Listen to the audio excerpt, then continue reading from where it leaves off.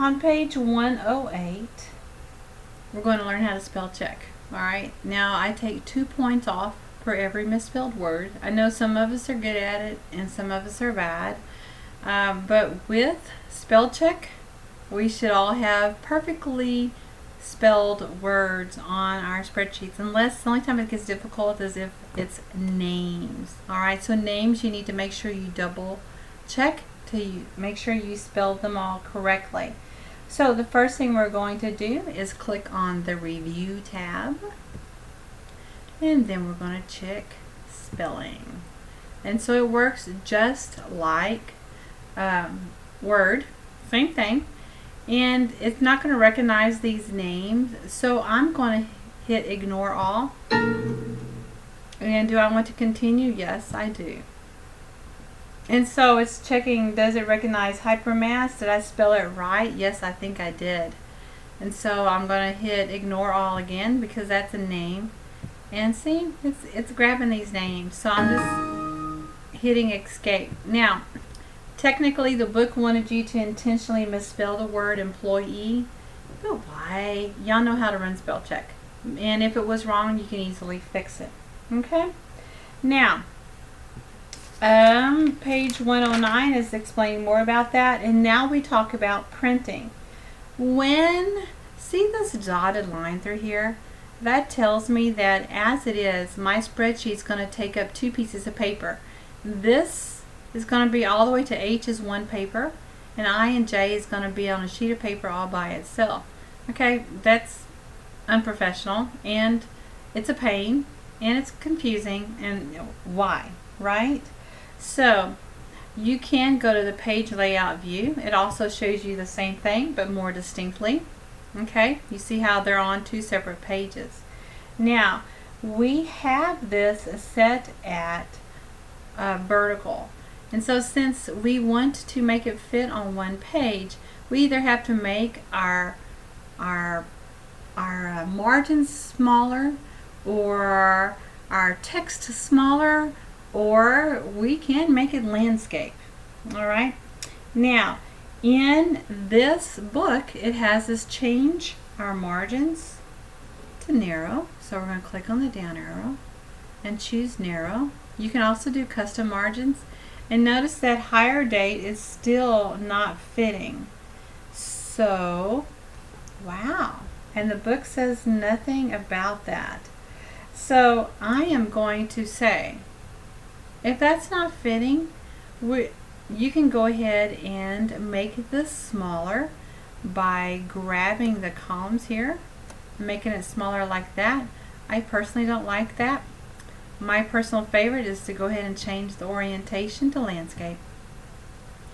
And now notice that it all fits. Alright, if you have to do that, that is great by me, because 2 pages doesn't work.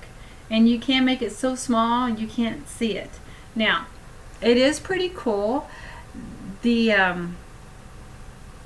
can set it up so that it auto fits it. You can set it up so that it auto fits it. And that is really, really pretty cool. So if I clicked on this box, the More box, okay, and then if I notice where I have Fit To here, if I just had to make it landscape, then that's what I would do. Alright, I mean, if I just had to keep it a portrait, and then it would make it fit, although it could be kind of small. But so there you go, we landscape it instead. Now we're going to put in our header, and the header is supposed to say John Simon, and then hit enter and type in Chief Financial Officer. And whoops, we don't need to hit enter again. Delete that extra space I just put in, and then just click out somewhere, and when you click into the regular sheet, then you are good. Okay, now on page 112 they actually do change it to landscape, so that would make me happy. Now go ahead and save. You're technically done. You're not going to actually print this, but I want to make sure you know how. So File, Print, and you can see this. Now often here's the scaling, same thing I was showing you earlier. You can make it fit to one page, or you can choose columns or rows. Okay, Here's your landscape. Everything we just said is all here. And you can do it here. Okay. You can also go to page setup. Sometimes people like to go to the margins and choose to center it horizontally on the page. I personally like doing that because I think it looks nicer. To me, it looks a lot more professional for that to be horizontally centered. Okay, so you're done with that. All right, you're not actually printing, but go back and look on page 113. Now, on 113, you're going to print a section of the worksheet. So select a specific, we're going to select from A13 to A16.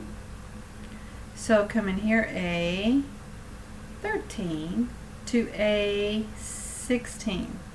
That's a strange thing. Oh, through E16. My bad. Alright, A13 to E16 is what it wants us to print. So that's all we're going to print. So if you go to File and then click on Print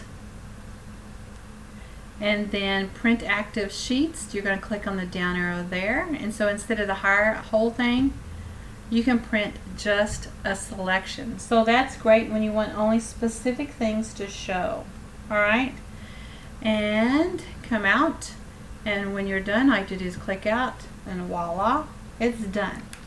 Now, on page 116, this is also what I do to grade.